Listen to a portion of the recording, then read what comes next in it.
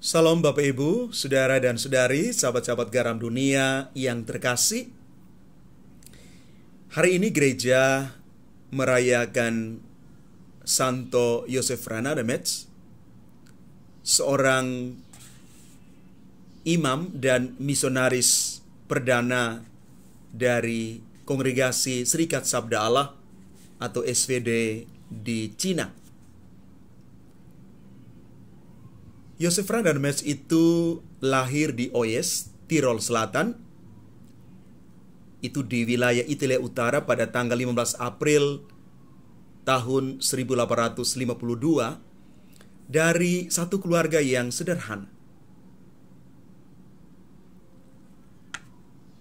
Santo Yosef Ranadamets adalah seorang imam projo dari Kusuban Brixen dan ditabiskan menjadi imam pada tahun 1875. Di dalam pergulatan dia sebagai seorang imam projo, setelah menjalani tugas pelayanan sebagai seorang imam projo selama 3 tahun, pada akhirnya dia memutuskan untuk bergabung ke rumah misi SVD di Stijl, Belanda, dan mau menjadi seorang misionaris dalam Serikat Sabda Allah. Maka pada tahun 1878, Santo Anodus Jansen, pendiri Serikat Sabda Allah atau SVD itu, mengutus Santo Yosef Ranadamets ke Cina, ke Santung Selatan. Pekerjaan karya pelayanan sebagai seorang imam misionaris itu bukan perkara mudah bagi seorang Yosef Ranadamets. Dia harus berjuang dengan segala macam tantangan di tempat misi. Dan pada tanggal 28 Januari tahun 1908 dia wafat di Santung Selatan dalam usia 56 tahun. Karena itu selama 18 tahun dia bermisi di tanah Cina, membangkitkan semangat misi untuk kita semua. Dan pada tanggal 5 Oktober tahun 2003,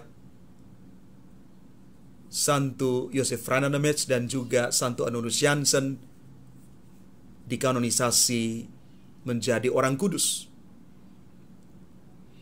Bapak, Ibu, Saudara dan Saudari umat Tuhan yang terkasih, paling kurang ada 2 pesan yang boleh kita maknai dari perayaan Pesta Santo Yosef Ranadamets hari ini. Yang pertama, bahwa dia adalah seorang imam misionaris yang saleh, yang cerdas, pekerja keras, dan dia setia sampai akhir sebagai seorang imam misionaris di tanah misi. Dan sekali lagi, dia tidak kembali lagi ke tanah asalnya di Eropa. Ada banyak tantangan yang dia alami sebagai seorang misionaris. Dari dalam dirinya adalah faktor kesehatan,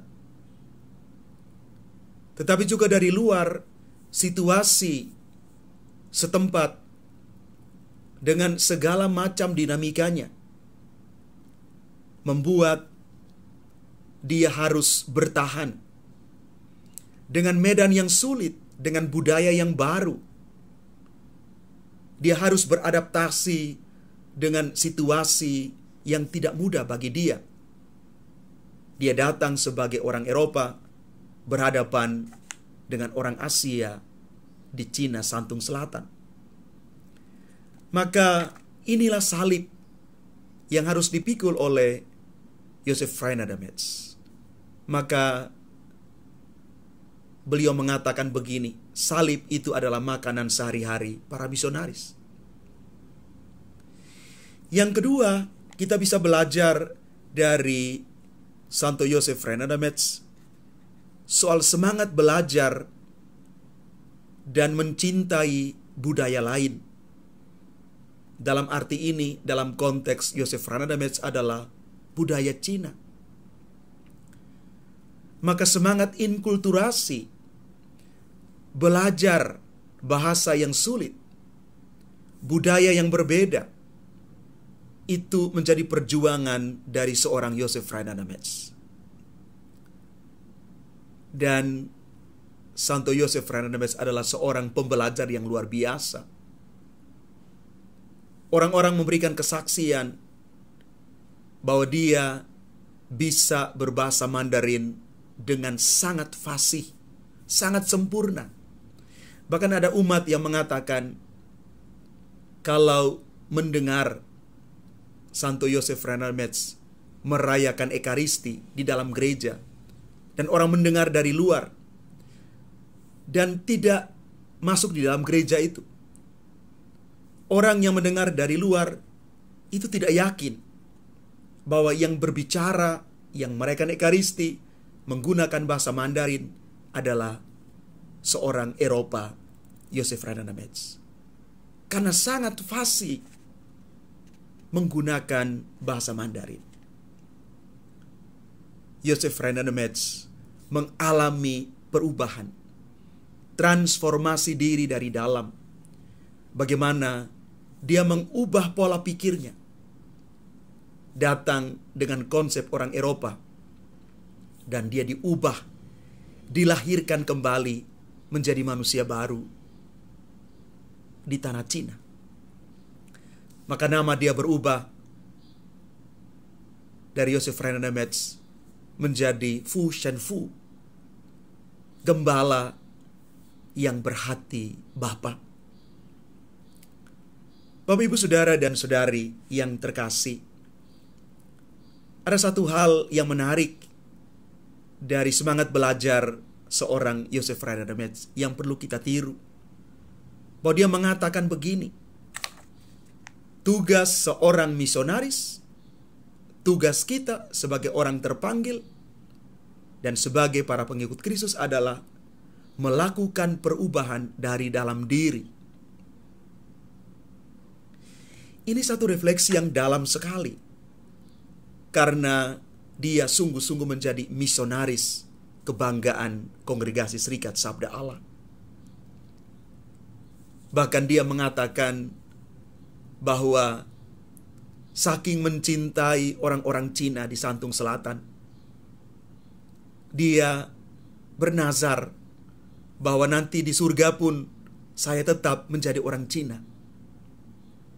Ini kecintaan yang luar biasa dari seorang misionaris yang tahan uji, tahan banting ketika berhadapan dengan medan misi yang tidak mudah. Tetapi dari sana dia mengalami transformasi yang luar biasa, melahirkan cinta yang total tanpa syarat dan pemberian diri yang utuh dan paripurna dalam karya pelayanan di tanah misi. Maka pada bagian akhir hidupnya dia mengatakan begini, bahwa satu-satunya bahasa yang bisa dimengerti oleh semua orang di dunia ini ialah bahasa cinta. Bapak, Ibu, Saudara, dan Saudari yang terkasih, mari kita belajar dari Santo Joseph Hernandez supaya kita makin setia di dalam panggilan karya pelayanan kita, entah sebagai imam di Aran Berawati maupun sebagai awam yang mendarma baktikan hidup kita kepada karya pelayanan dan misi. Dan juga semoga kita belajar untuk terbuka kepada pimpinan Roh Kudus, untuk melihat setiap perbedaan dan menghargai budaya lain. Perbedaan itu indah. Perbedaan itu membuat kita saling melengkapi satu sama lain. Dan yang terakhir, kita juga belajar untuk siap mengubah diri kita dari dalam. Mari Bapak, Ibu, Saudara-saudari yang terkasih, semoga semangat hidup dan karya misi Santo Yosef Rainer Metz menginspirasi kita di dalam hidup, panggilan, juga karya pelayanan kita semua. Tuhan memberkati kita. Amin.